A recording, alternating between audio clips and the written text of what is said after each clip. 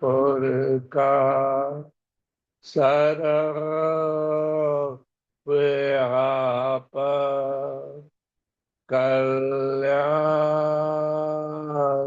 मोरा परमेश्वराय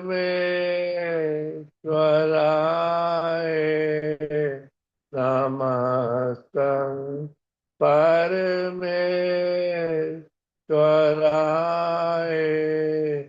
नमस्तं परमेश्वराय नमस्तं। ओम ब्रह्म सत्यम सर्वदा।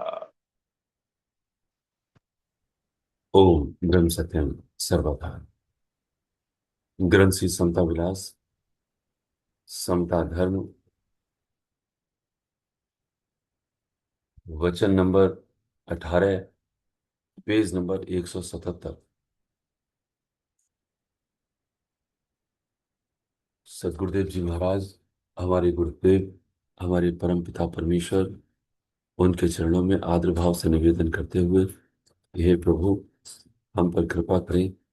हम आपकी शरण में हैं। हम आपकी शरण में हैं।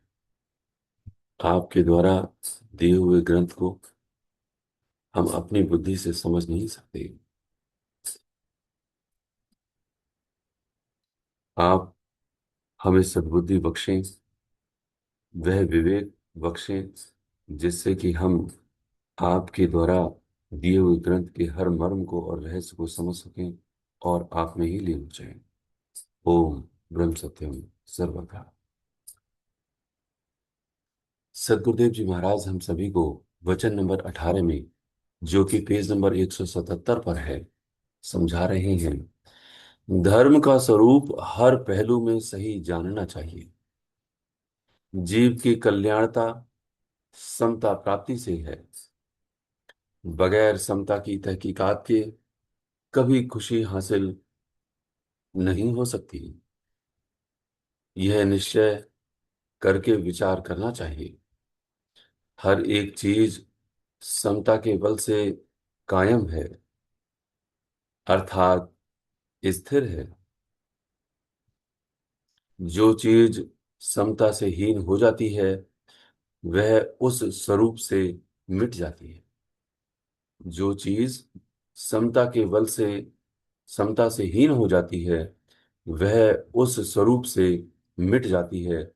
यह ही ईश्वर शक्ति का चमत्कार है। हर वक्त अपने अंदर सही तलाश करनी चाहिए। श्री महाराज जी हम सभी को साफ वर्णन कर रहे हैं कि जो धर्म का स्वरूप है, वह सही जानना चाहिए। वह भी हर पहलू। हम धर्म के सही स्वरूप को नहीं जान पाते, इसीलिए भ्रमित हो जाते। श्री महाराज जी कहते हैं, जो चीज समता से हीन हो जाती, यानी कि जो ईश्वरीय तत्व उस चीज से अलग हो जाए, तो वह चीज वह उस स्वरूप से मिट जाती। यानी कि संपूर्ण प्रकृति जड़ और चेतन में ही है। जड़ पंच तत्व का है। 8 संपूर्ण प्रकृति के तत्व होने पर भी 5 स्थूल रूप है और 3 सूक्ष्म रूप है। श्री महाराज जी कहते हैं कि जो समता है, अर्थात जो ईश्वरीय तत्व है, जो चेतन स्वरूप है, जब तक उस जड़ में है, तब तक वह उस स्थिति में स्थिर है। स्थिर का मानी है वह चलायमान है, क्योंकि वह चेतन से चल रही है। जैसे ही वह चेतनता, अर्थात वह ईश्वरीय तत्व उस जड़ से विलग हो जाता है, वैसे ही वह चीज, जिसको प्रकृति करके कहते हैं, वह अपने ही स्वरूप से मिट जाती। अर्थात हर वस्तु का लय अलग अलग होने लगता है।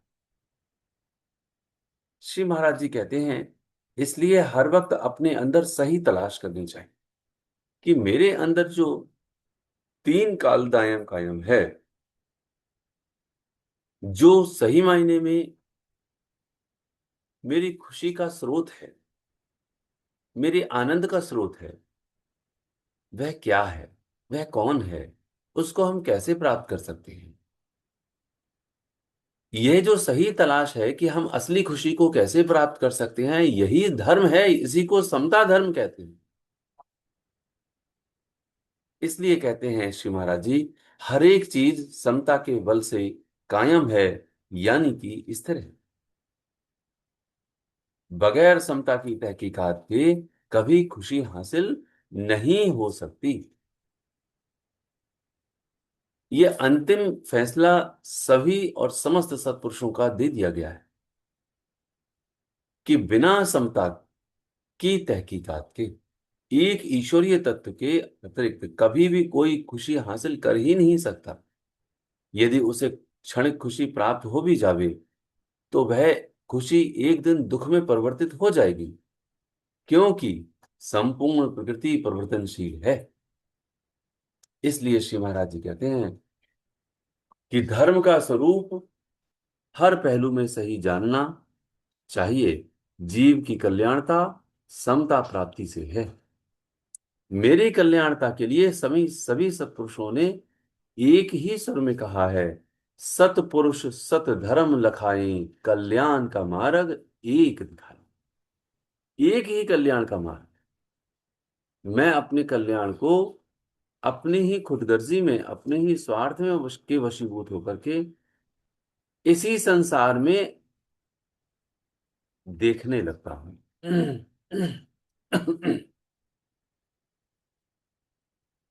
लेकिन वह सही स्वरूप को समझाने का यत्न करते हैं, मैं अपने सही स्वरूप में जाना ही नहीं चाहता। या मैं विचार कर लेता हूं, पढ़ लेता हूं, शायद समझ भी लेता हूं, शायद मनन भी कर लेता हूं, परंतु बुद्धि का जब तक निर्णय नहीं होगा कि यही मेरे कल्याण का मार्ग है, तब तक मैं उस कल्याण के मार्ग पर चलूंगा कब, कैसे चलूंगा। इसलिए श्री महाराज जी कहते हैं वचन नंबर 19 में कि अपनी गफलत को छोड़कर, गफलत कहते हैं लापरवाही, अपनी गफलत को छोड़कर असली जिंदगी की तलाश करनी असली समता की तलाश है। जो मलिन बुद्धि के द्वारा अपनी गफलत को छोड़ नहीं सकता और बराए नाम यानी कि नाम मात्र मजहबों का दम भरने वाला है, वह असली खुशी से बहुत दूर है, जो उसके पेशवाओं को हासिल हुई, जो उसके रहबर यानी मार्गदर्शक, जो उसके गुरु हैं, जो उनके पेशवाओं को हासिल हुई है, वह असली खुशी से बहुत दूर है, क्योंकि वह सही नक्शे कदम पर अपने बुजुर्गों बुजुर्गों के चलने वाला नहीं है, बल्कि उनके जीवन आदर्श से भी ना वाकिफ है, यानी कि जानकार नहीं है। यहां श्री महाराज जी साफ वर्णन अमली जामा का हम सभी के लिए दर्शन करा रहे हैं। श्री महाराज जी कहते हैं कि अपनी गफलत को छोड़कर असली जिंदगी की तलाश करनी असली समता की तलाश है। ये जो मेरी लापरवाही है कि मैं जान तो जाता हूं, मैं समझ तो जाता हूं, और उसके बावजूद भी मैं क्यों नहीं चल पाता, ये घोर लापरवाही है। इसी को गलतफहमी भी कहते हैं। ये गलतफहमी, ये लापरवाही कि मुझे आता तो है, मुझे सब आता है, मैं सब जानता हूं, लेकिन जानने का अर्थ केवल नॉलेज यानी कि ज्ञान प्राप्त करना ही था, या उसे अपने जीवन में भी लाना था। जीवन में लाने का अर्थ है कि हमने सही रूप में अपनी गफलत यानी अपनी लापरवाही को छोड़ दिया और वो लापरवाही हम सब अपनी अपनी जानते हैं। संसार के कार्यों के लिए हम कैसे उठते हैं,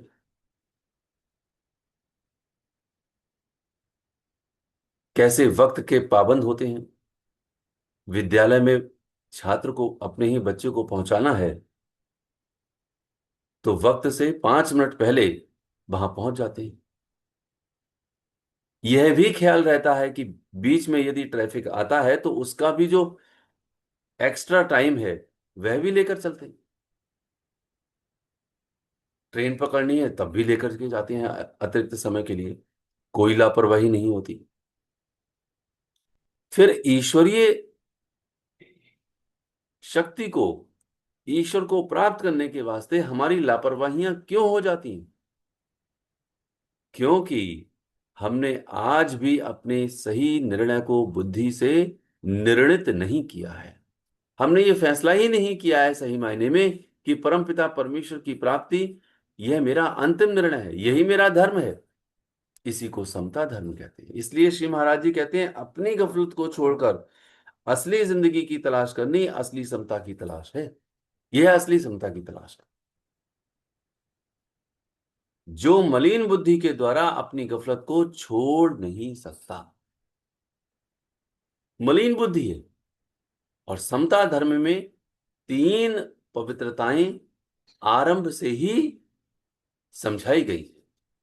एक शरीर की शुद्धि, एक मन की शुद्धि और तीसरी बुद्धि की शुद्धि।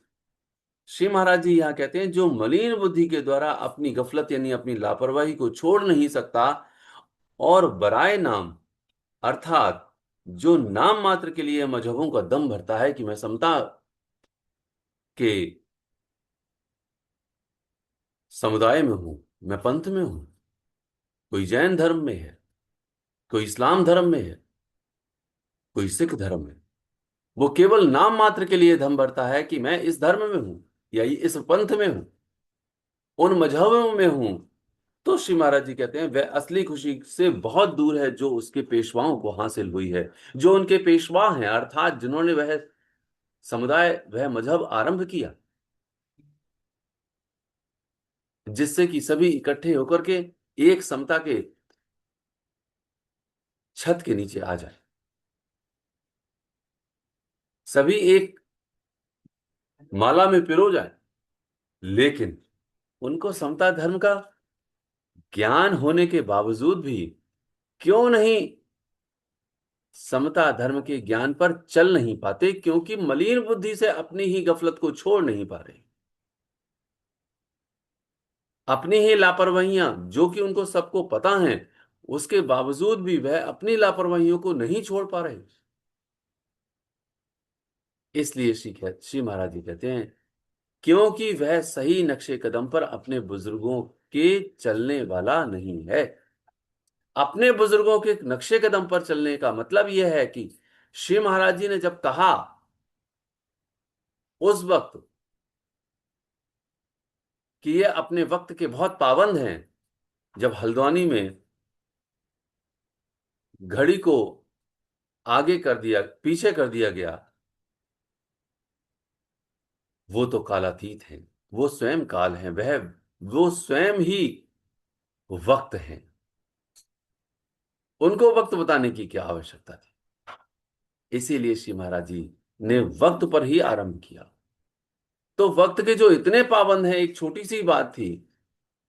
आज भी यदि हम वक्त के पाबंद ना हो पाए तो श्री महाराज जी वही लाइन कह रहे हैं क्योंकि वह सही नक्शे कदम पर अपने बुजुर्गों के चलने वाला नहीं है, बल्कि उनके जीवन आदर्श से ना वाकिफ है। उनका जो जीवन आदर्श है वो कितना सख्त है, उनका जो शरीर है, उनका जो तन है, वह समस्त इसी संगत के वास्ते है, इस पूरे लोक कल्याण के वास्ते है। ऐसे ही हमको उनके जीवन आदर्श की हर एक मार्गदर्शन को ग्रहण करते हुए अपने जीवन में लेकर के आना है।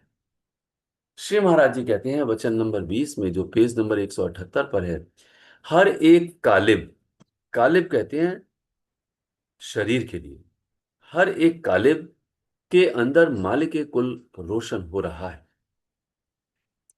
खुदी के हजाब यानी स्वार्थ की कैद यानी पर्दा से जीव उसको जान नहीं सकता। खुदी के अबूर पाने की खातिर यानी कि जो स्वार्थ है उससे छूटने की खातिर धर्म या ईमान है, जिसको हासिल करके असली खुशी यानी मालिक कुल का मिलाप हासिल होता है। यह ही समता पद है। तमाम रंजो गम यानी कि कलह और कलेश से मुक्त होकर जीव पूर्ण रूप हो जाता है, और तमाम कामिल यानी कि पूर्ण बुजुर्गों का फलसफा यानी कि तत्व ज्ञान इस जगह आकर खत्म हुआ है। श्री महाराज जी शरीर से लेकर के उस परम तत्व परमपिता परमेश्वर तक पहुंचाने का यत्न कर रहे हैं, और एक एक बिंदु को इस प्रकार समझा रहे हैं ताकि हमको पुनः फिर समझ आ जाए। ये पुनः और बारंबार समझाने में हमारे हर एक भ्रम को दूर कर रहे हैं श्री महाराज जी, कि हर एक कालिब यानी हर एक शरीर के अंदर मालिक कुल अर्थात वह ईश्वर रोशन हो रहा है। जो कि भगवान कृष्ण कह रहे हैं, अहम आत्मा गुडाकेश, अर्जुन मैं आत्मा ही हूं। श्री महाराज जी कहते हैं कि जब हर एक के अंदर वह मालिक कुल रोशन हो रहा है, तो हमको ये समझ क्यों नहीं आया आज तक कि जो ईश्वर है वह भी मेरे अंदर है, मैं भी अंदर हूं, और मेरे जो डकैत हैं, जो पांच हैं, काम क्रोध मोह लोभ अहंकार, ये भी अंदर हैं। ये जो पर्दा खुदी का है अर्थात जो स्वार्थ का है, खुदगर्जी का है, जो अनानियत से पैदा हुआ, उस पर्दे को मैं क्यों ना हटा लूं। इसलिए श्री महाराज जी कहते हैं कि खुदी के अजाब से जीव उसको जान नहीं सकता। कैसे जान सकता है? एक बाहरी पर्दे को ही हम एक दूसरे से अलग करने के लिए लगा दें, तब भी दूसरा व्यक्ति हमको दिखाई नहीं देता।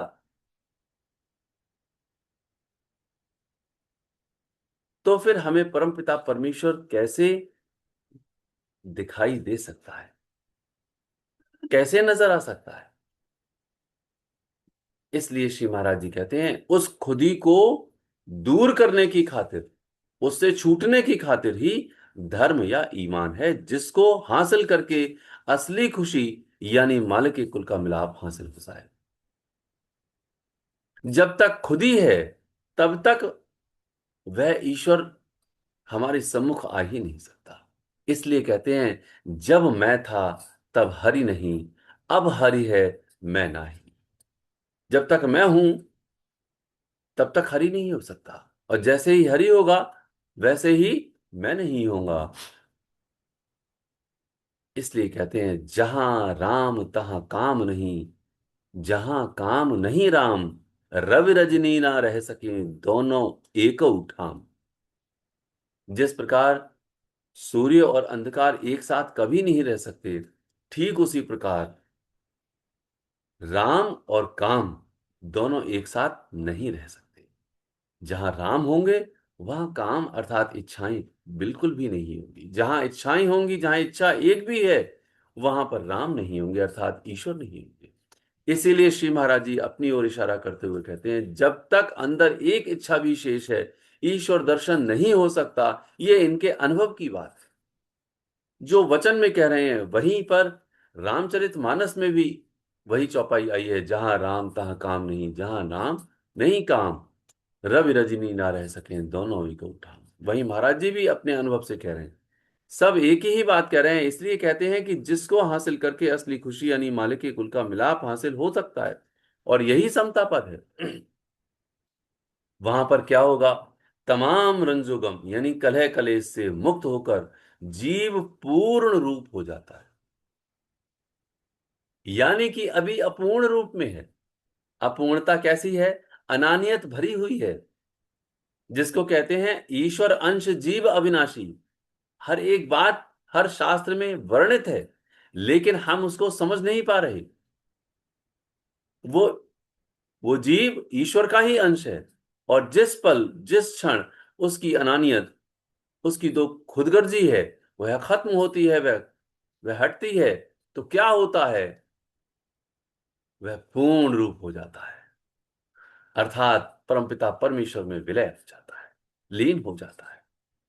इसलिए कहते हैं तमाम कामिल, अर्थात तमाम पूर्ण बुजुर्गों का फलसफा यानी कि तत्व ज्ञान इस जगह आकर खत्म हुआ है। तो श्री महाराज जी ने शरीर से लेकर के हम सभी को उस स्थिति तक पहुंचाया है जिस स्थिति को समता पद कहते हैं, समता अखंड शांति कहते हैं। परमपिता परमेश्वर बारंबार इस बात को समझाने का यत्न कर रहे हैं कि संपूर्ण पेशवाओं का, संपूर्ण गुरुओं का, रहबरों का, पीर और अवतारों का केवल एक ही फैसला है कि तुम खुदगर्जी से, तुम अपने इस अनानियत के इस अजाब से छूट जाओ, अपनी लापरवाही को त्याग दो, होश में आओ।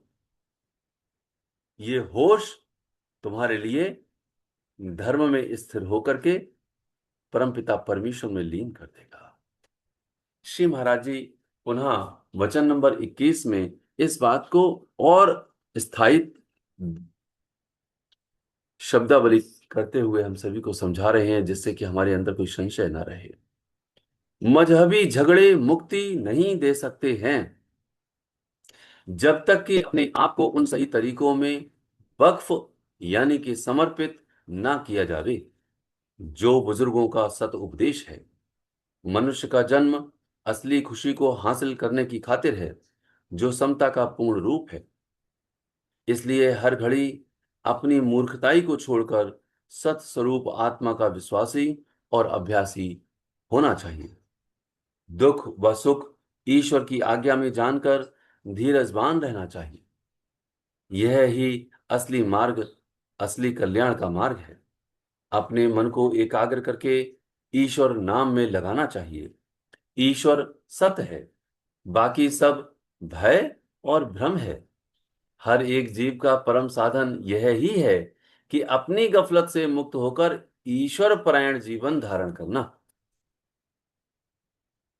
यह पुरुषार्थ ही समता धर्म के प्रकाश को देने वाला है। सत बुद्धि से हर वक्त सत मार्ग में दृढ़ होना चाहिए।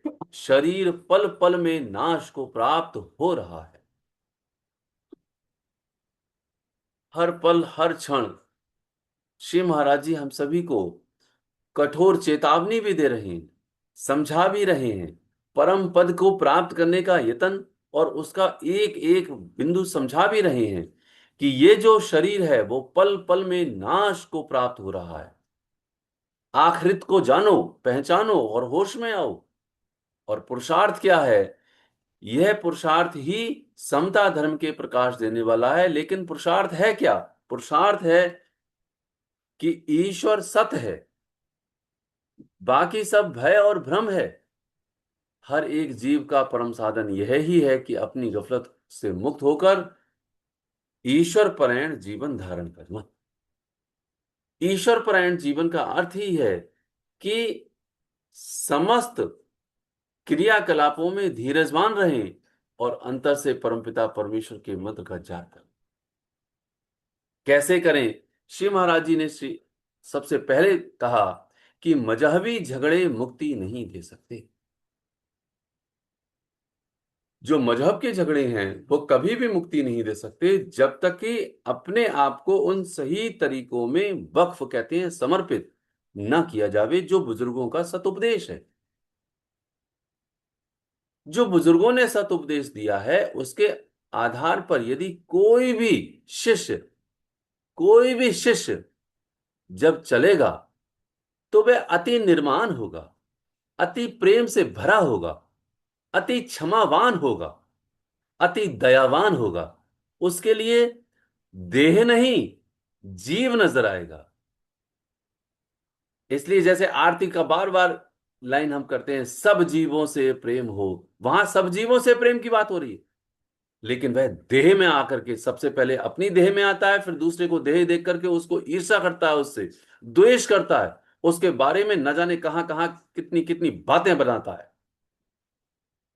परिणाम मजहबी झगड़े हो जाते हैं।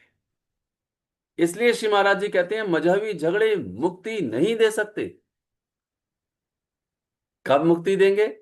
जब तक कि अपने आप को उन सही तरीकों में वक्फ यानी समर्पित ना किया जा रहा। हमने गुरु के हर बात पर समर्पण अपना नहीं किया है आज तक। हमने कितना एकांत किया है, हमने कितना अपने सिमरन में हमने अपने आप को गर्क किया है। श्री महाराज जी कहते हैं मनुष्य का जन्म असली खुशी को हासिल करने की खातिर है। ये जो चोला प्राप्त हुआ है वो केवल और केवल असली खुशी को प्राप्त करने की खातिर है, जो समता का पूर्ण रूप है।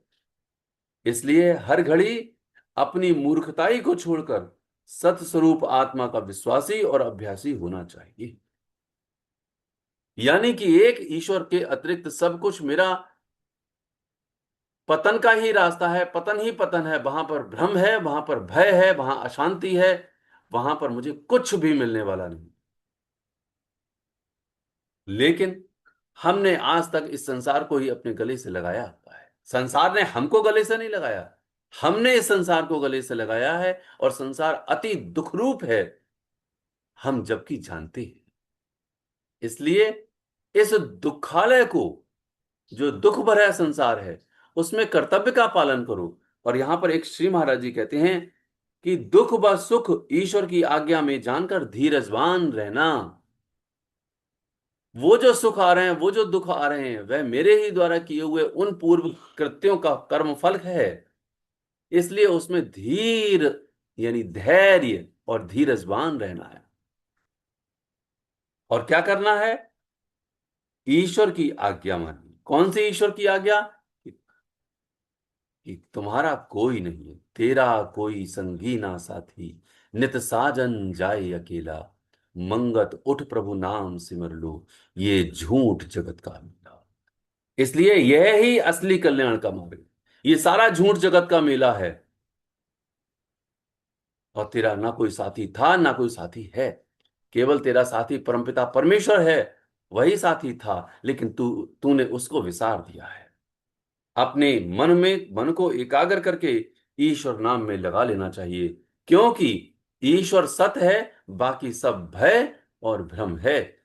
एक हर एक जीव का परम साधन यह ही है। इसलिए समता धर्म को सही रूप में पहचानने का यत्न करें। जो भी जीव समता के धर्म को सही रूप में नहीं पहचानता, वह भटक जाता है। याद रखना, जिसने समता के धर्म के हर एक पहलू को सही रूप में नहीं समझा, वह भटक जाएगा। वह अपने निज कल्याण के को छोड़ करके वह लोक कल्याण पे अधिक आ जाएगा, जबकि निज कल्याण में ही लोक कल्याण छिपा है। जब तक खुद अपने अंधकार को दूर नहीं करोगे, तब तक रोशन दूसरे को कैसे कर सकोगे? जब तक खुद अमली जामा अपने में नहीं पहनाओगे, तब तक दूसरे को कैसे कह सकोगे कि हाँ भाई, तुमने भी सच बोलना है? यदि तुम खुद सच को बोलोगे, तब जाकर के दूसरे से कह सकोगे तुमने भी सच बोलना है। इसलिए हम सभी को समता धर्म को सही रूप में, सही पहलू में समझते हुए परमपिता परमेश्वर की शरण में जाना चाहिए। और इस प्रकार जाना चाहिए कि सब कुछ समर्पित कर देवें और अब अपने आप को उनमें लीन कर लें। ओम ब्रह्म सत्य सर्वधा।